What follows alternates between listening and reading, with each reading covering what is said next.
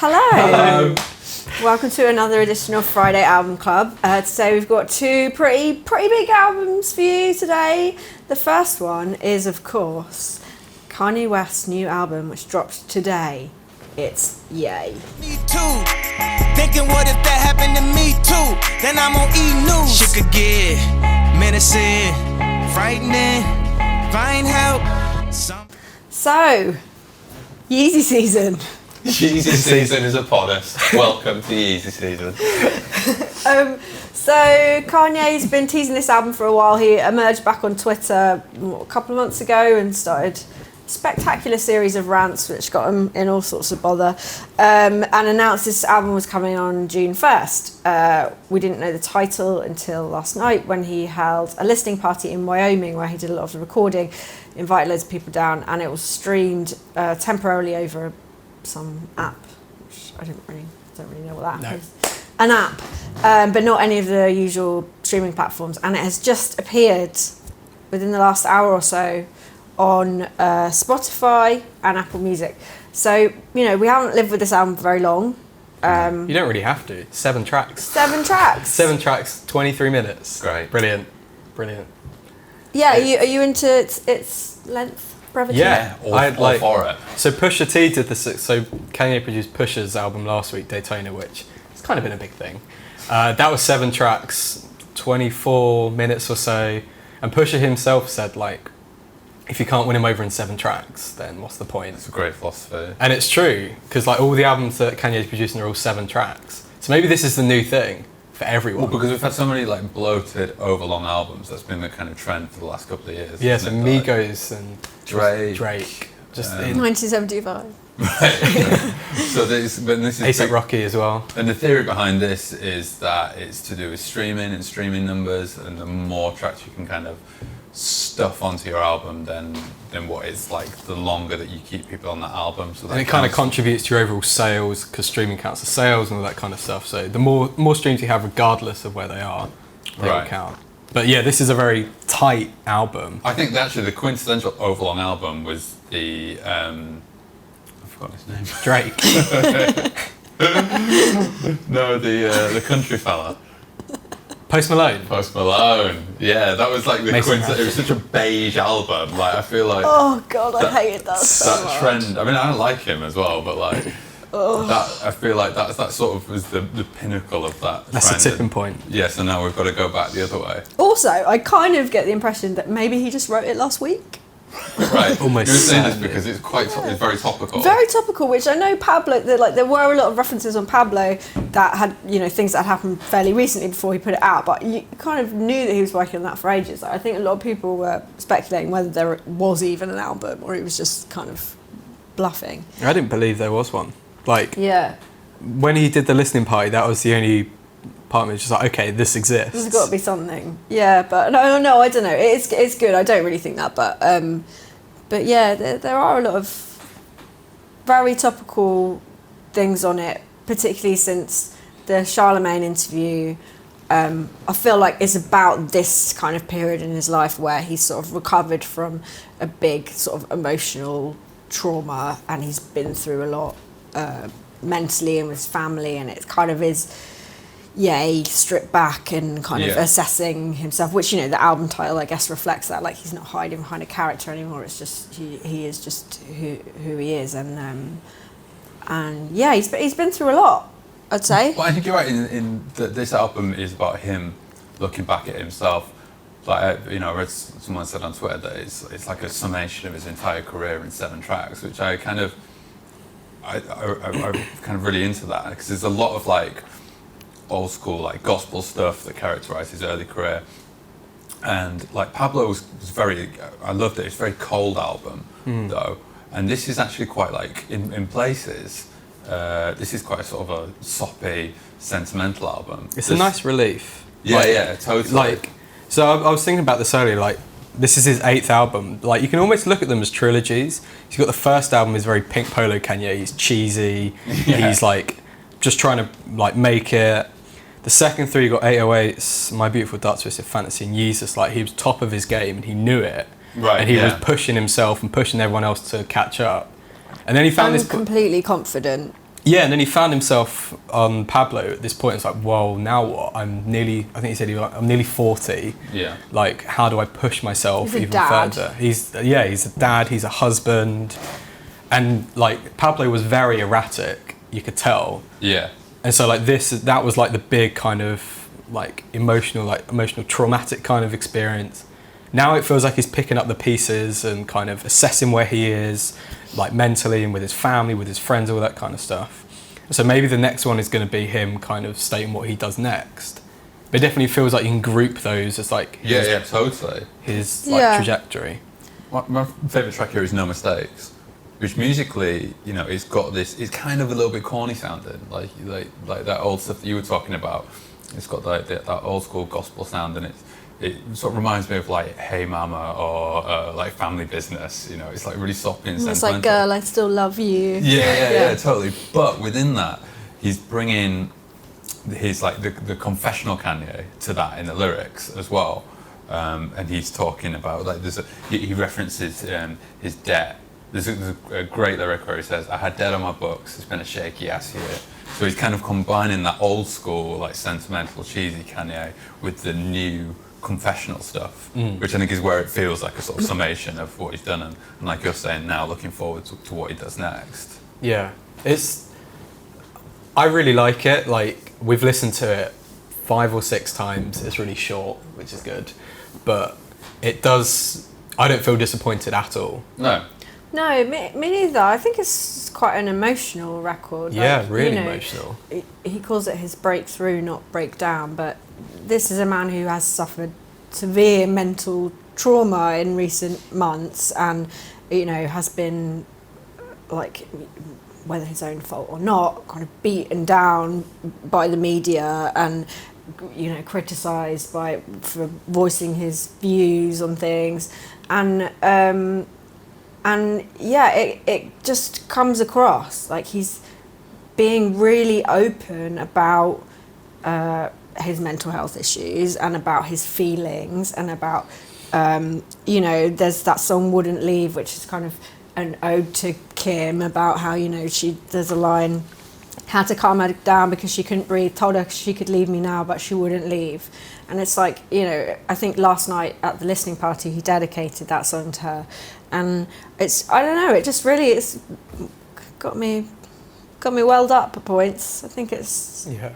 Well, on the cover he has that, what is the slogan on the cover? I hate being bipolar, It's awesome. Which is such like a corny... It's a fridge magnet It's saying, a fridge magnet saying, but I find something quite like weirdly moving about it, because Yes. it is it's such like a humble It's cute. kind of like, and he's obviously, I mean, he is a genius, and it's so complicated, and that's such like a dumb, simple thing that there's something about it that I find quite moving. Yeah, and I think... Sorry, go on. I was just going to say, he could have gone, considering the kind of behaviour he's kind of shown over the last month, where he was saying stuff about slavery, about Trump.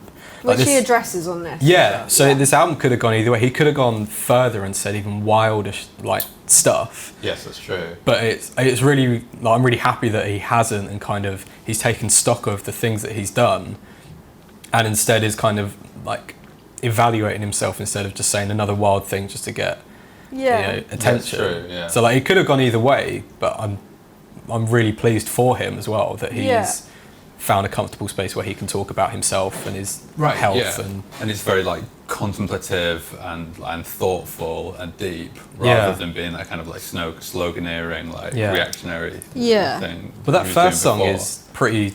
The lyric on the first song is, "I thought about killing you. I love myself way more than I love you." Like, it's so stark. It's like, that's like the first or second line of the album. It's just like, and that's about like kind of taking the darkest thoughts that you have in your head that that you wouldn't share with anyone, and just putting it out there in the world. And I can't remember the exact lyric, but he basically says words to the effect of like, "There, I've done it. Like, you have a go now. Take the darkest thing you can think." And the most beautiful thoughts are always beside the darkest. Right. Yeah. And he's like, and what I think he's getting at is that it must be like very liberating to do that. Yeah. So I think he sounds kind of like quite more peaceful in this record than he has think done. so. Yeah, reflective. Been through a really hugely transformative period in his life. personally, and it's kind of it's just all laid bare on this record.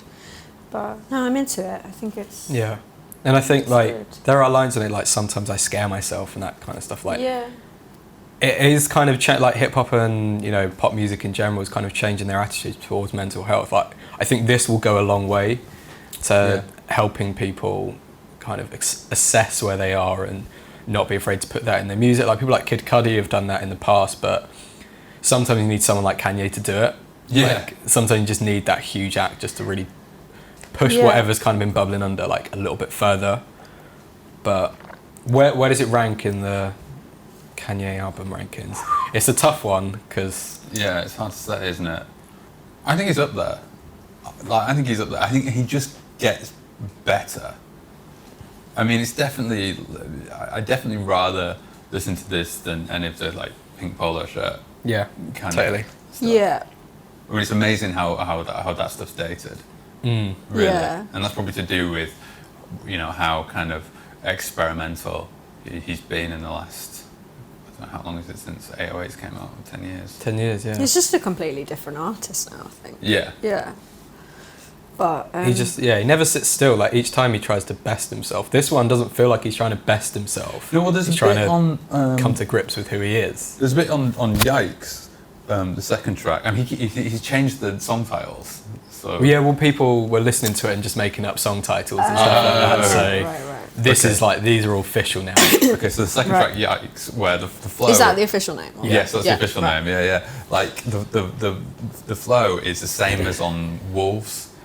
It's the first time I've ever heard him do that, and I'm sure it's not an accident. I think that is the whole thing of him, like looking back at everything he's done before. But yeah, I mean, it's got his top 4.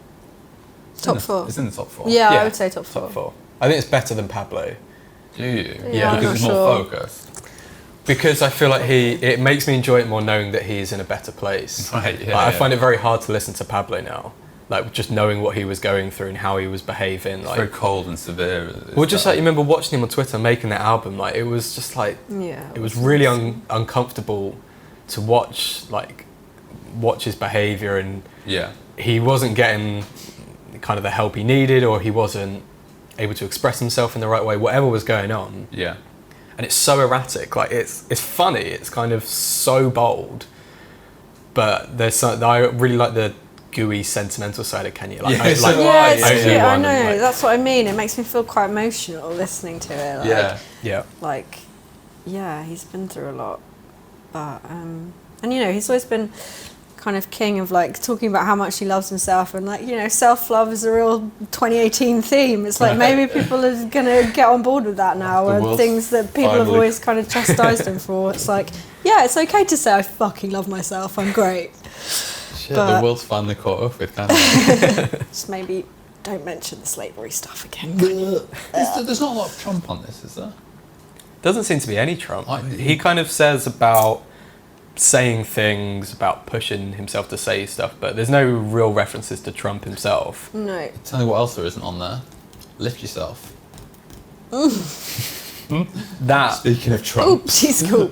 There's no poopity scoop on there, is there? Did that song make you more excited or worried about this album? Worried about this album. I was so worried about it. I just thought it was trolling. I thought he's got it in I'm hand. sure Pusha had said that there was a proper version of Lift Yourself that was going to be on this album, which I was quite looking forward to, and that would, he put out like a silly version of it. So maybe there is a proper version kicking around somewhere. It Maybe speaks we'll hear it. to his talent that he can just put out a song like that with incredible production, samples, that kind of stuff, and just go poop, scoop, whoop over the top of it, and just like, we still listen to it about 3 times a day. I'll just fritter that one away. Yeah, that's true. Okay, so out of 5, what would you give it? 4. 4. The next album, which is also out to date, is by Father John Misty. Bit of a contrast. It's God's Favourite Customer. Policy, don't leave your mattress in the rain. If you sleep on the balcony, okay, did you and your guests? So, Father John Misty is back with his 4th album as Father John Misty. God's Favourite Customer. I almost got that wrong before. What do you guys think? It is very good, but it is his worst album. Bold. Next. What do you think? I like it a lot. I think it's his second best album. Right. Our second best album. Yes. That's What? I think it's better than Honey Bear. not the same. It's not better than Honey It's Bear. not better than Honey Bear. I You're don't a think. madman. I think Pure Comedy is his best album. Oh, Pure Comedy is so good. I would say that was possibly my favourite album of last year. Really? Did you? Maybe number 2. When the album first came out, we all hated it. We all Because hated we were just like, what is this sort of Yeah. 60-minute long dirge? And then- over time you grow to love it. Did you I was like it from the start? No, I think I didn't like it at very first. Then I started quite liking it. Then I saw him perform at the Rio Cinema in Dalston. Right. That man has such a spectacular voice Yeah. It's and, true. and a lovely face. Good hair. But like Good honestly, yeah, he was incredible, and I Yeah. think that is something that he doesn't often get his dues Do for. you know Like what? how Yeah. True. amazing his incredible. voice is. I think his voice sounds better live. Yeah, it does. It definitely On the record, does. he sounds like a very tired Gary Barlow. Sometimes. It can be a bit. It can feel a little bit much when you listen to that album as a whole, I think, but it doesn't. It comes lie across so down, much Gary. better live. I mean, no, I Right, don't right, agree right, with that at all all. right, fine. But yeah, this album, I like it. So this is kind of his breakup-ish album. I don't know Right, if they did actually break up. So they've been the first album, Fear Fun, was the one that introduced the character Father John Misty, this sort of like shamanistic, self-deprecating, kind of sarcastic figure. Then Honey Bear is this big romantic album. It's an album full of love songs. When he fell in love with his His Wife. wife, yeah. Emma. So that one's very kind of like inward looking, and then Pure Comedy is the one where he like opens the doors and looks out to the world and history and politics and human nature.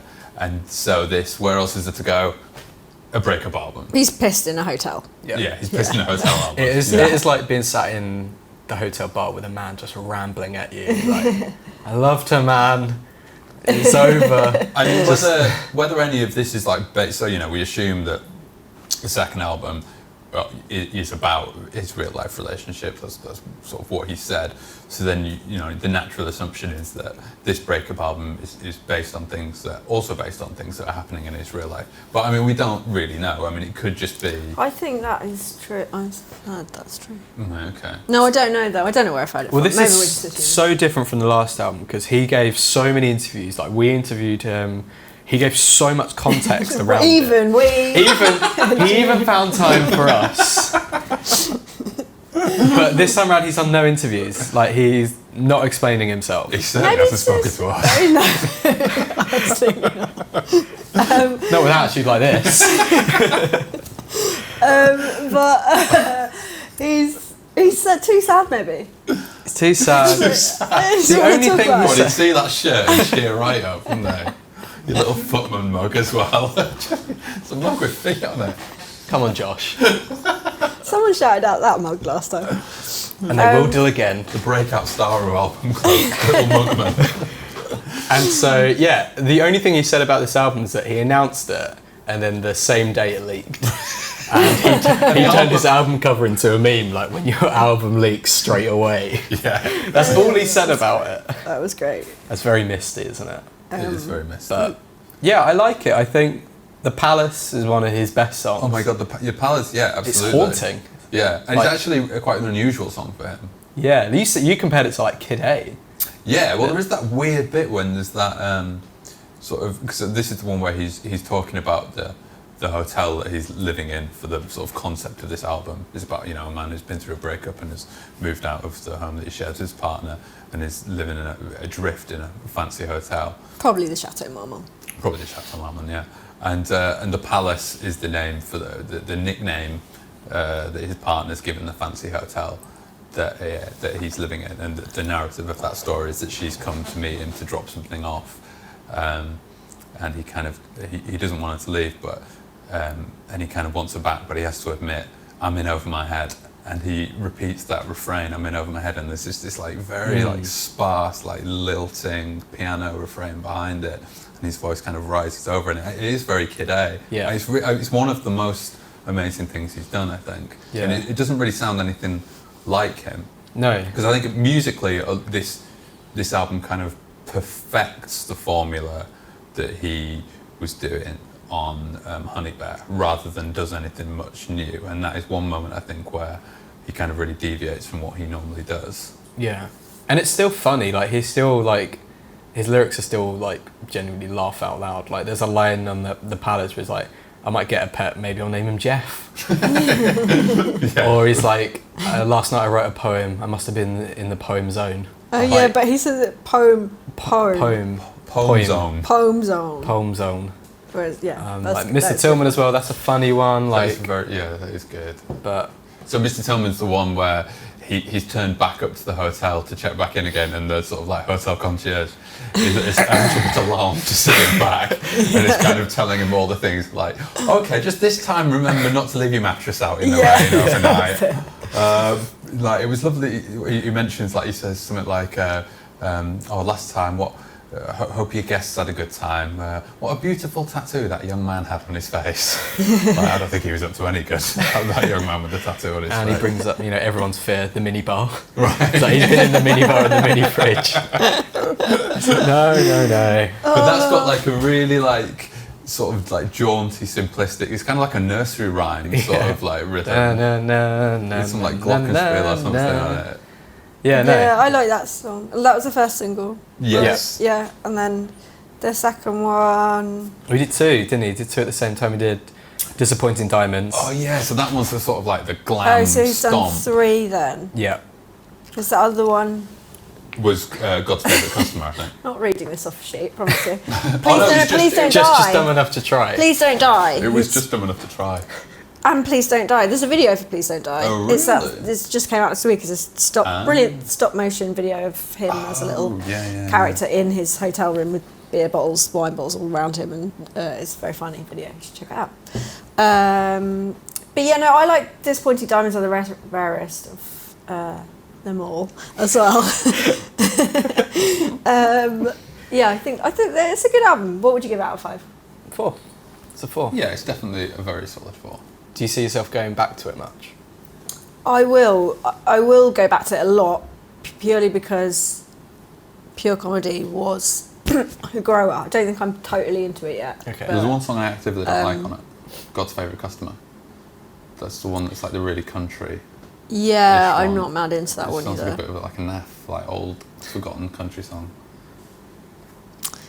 Well, there we go. But the Palace is really good. The Palace, yeah. Okay, so 4s, and I'm going to hold back because I don't You're holding back a score? am I allowed to do that? Absolutely. Well, you're the boss. Yeah. I am, that's true. Okay, yeah, I'm going to do that. All right, so... Love yourself. It's all the rage. Easy taught me. Right. Next, it's a classic album from a band we've talked about rather a lot lately, celebrating an insignificant anniversary, but we just fancy talking about it. We'll let you know in a minute what that is.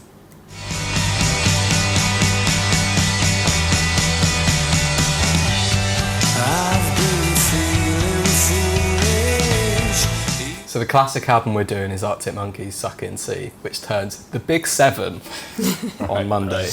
And so yeah, 7 years. We've been reappraising all their stuff lately because we've listened to Tranquility Base Hotel and Casino, AM, all that kind of stuff.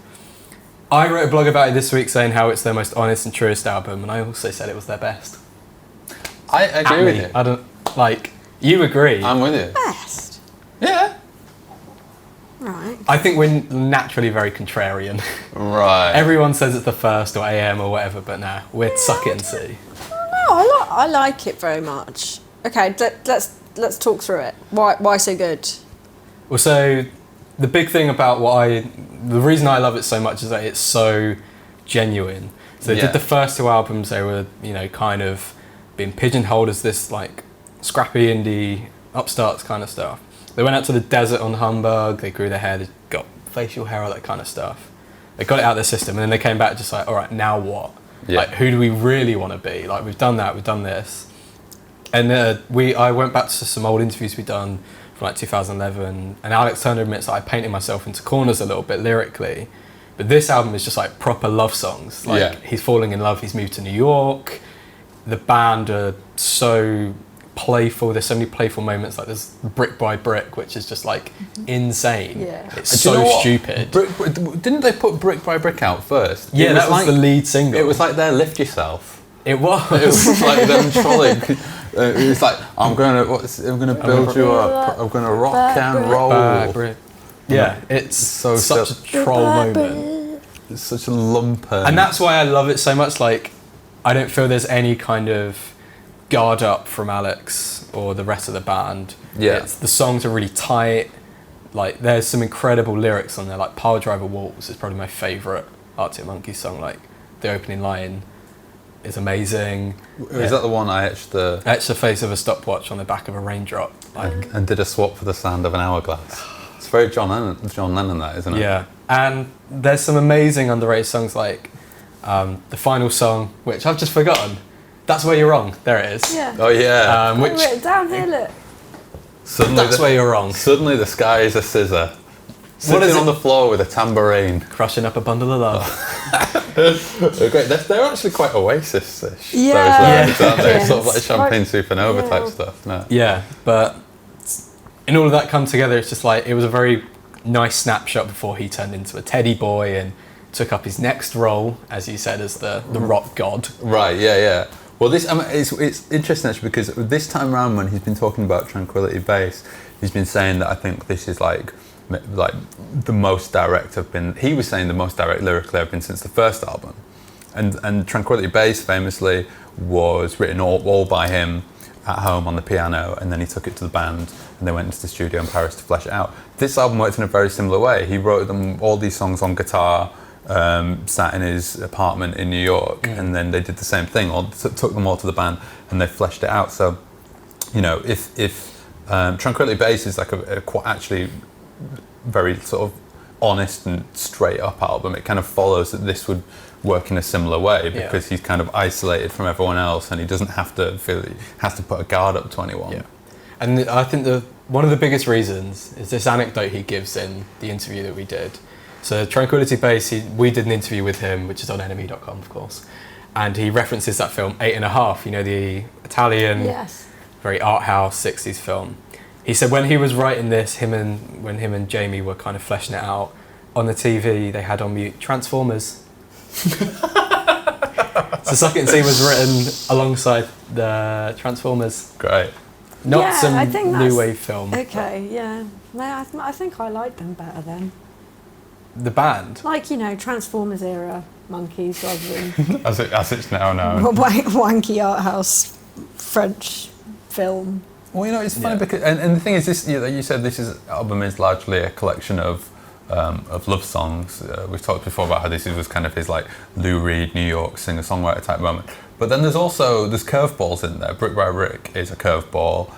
Don't Sit Down Because I Moved Your Chair is a curveball. It's so silly. It's so silly. And like They've always been quite silly though. Like even the album titles, song titles on the new record are quite silly. Like I think they've maintained that sort of we're kind of really serious musicians at points, particularly now. Alex is that, but he's still going to call songs like mad things like the Ultra Cheese. Well, AM was kind of different because that was so serious. That was like super sleek, but this one is just like the album cover's just a white background. They called it Suck It and See. Like sometimes they just don't give a fuck. Yeah.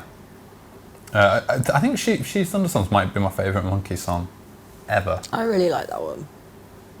Yeah, I find it really special for them. Like it's such a nice kind of encapsulated moment in time between Humbug and between when they turned into like the biggest rock band on the planet. Yeah, and it still felt like kind of like ours in a way. Yeah, I mean, it's probably their least ambitious album, really. Yeah, because true. they're not. you know, the first album, that's your first album, that's your kind of like, you know, they were kind of riding a rocket to the top with that album. And then with the second one, they had a lot to prove because that's like your difficult second album. Then they tried the reinvention with Humbug. And then, like you're saying, AM is the one that kind of turned them into superstars. And this is where it's just like, it's low key. It's really sort of low key, isn't it? Good songs. It's just like we've made it, we've done it. We're just gonna I don't feel like it does sort of project them into a new zone or a new realm like the others do. But yeah, I really like it. What's that? There's like, they're such romantic lyrics though. Once I can see rarer than a can of dandelion and burdock, and those other girls are just post-mix lemonade. That was so Tumblr bait in 2011. Everyone had that on there. Yeah. Is this the one where he says something about I was never been much of a poet, so I'll stick to song lyrics or something, and then he says. That's not a skirt girl, that's a sawn-off shotgun, and I can only hope you've got it aimed at me. Which is like, it's so good because that is such a shit lyric, and he's obviously done, it's such a cringe-worthy line, and he's obviously done, like he set it up by saying that he can't do poetry. It's so like playful and fun. What would you rate it? 5. 4. 5. I said it's their best, so I have to stick by it. 5 out of 5. Yeah. But I hope you celebrate the big 7 with them. Yeah, 7 years, light a candle, light 7 candles, put the record on, and we'll be back next week for some more ramblings about music. See you then. Goodbye.